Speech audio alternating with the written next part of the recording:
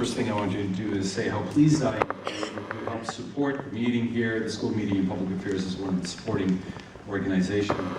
I'm here to talk about a collaborative project that included the school. We call it the Mapping the Maps project. It involved also, though, a new initiative that's created by Internews, an organization here in Washington, D.C. that tries to advance openness and transparency around the world. We call it CrowdGlobe.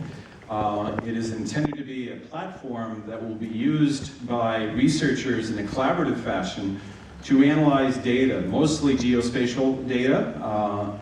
In this particular project, I was joined by two colleagues, Katie Ballard and Matt Heineman, in a research project that allowed us to take a look at a great deal of data from one of the Ushahidi platforms.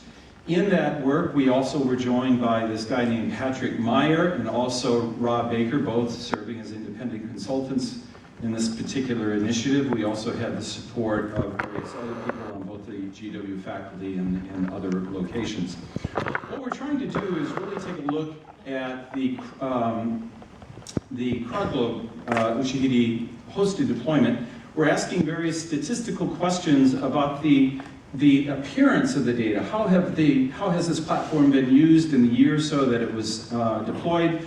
There were 12,000, almost 13,000 deployments. One of the first things we discovered is 93% of those deployments really went no further than what we call tire kicking. There's people engaging with the platform. Indeed, 61% of them really never went beyond just clicking on the platform and taking a look. We can't go into power law distribution in the short amount of time that we have here, except to say that the pattern that emerged in our analysis is a power law distribution. A number of phenomena have that characteristic, including, it seems, these particular platforms. Crowd maps, we took a chunk out of the power law distribution and asked certain questions about where they were deployed. 30% in North America, 18% in Western Europe, 16% in Africa.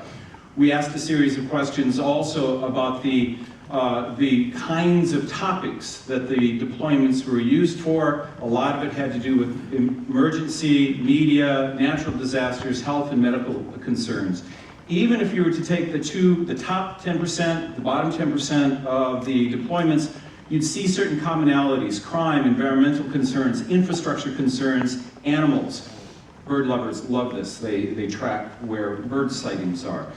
There were certain regional differences, however. In North Africa and the Middle East, crime and safety was a concern. Human rights abuses were a concern. Emergency-related infrastructural issues were a concern, and this is the way in which they were deployed there and the purposes to which they were put. However, in Western Europe, similar patterns in North America, it was leisure and entertainment-oriented, non-emergency infrastructure deployments were used, a lot of media reports. So you see different patterns in use.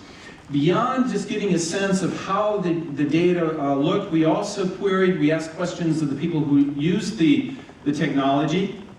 We wanted to know something about them. We got a fairly modest response in a survey instrument, but this response actually had some very interesting data points. Average age of the users was about 40 years old, very well educated. About 43% had postgraduate education. A good number of them had college educations.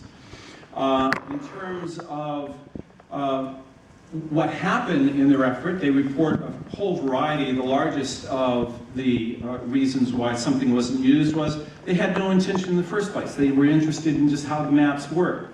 So the very complex array of responses to this. Those users who responded to the survey felt that they had been successful in raising awareness of their maps through a variety of ways. One of them was through community engagement, 23%. Another said successfully using social media, 6% by using traditional media. So in terms of simply engaging the public and getting awareness of the availability of the map was one of the first things that people who were deploying these were trying to overcome. What do we expect to do with this? Well, first of all, already Ushahidi has used our findings to identify best practices. What we need to do as researchers at GW and elsewhere is understand, dig into the successful 500 deployments and find out why. We don't want to be lost. We need to stay focused in our data analysis, and that's what we hope to do in the future. Thank you.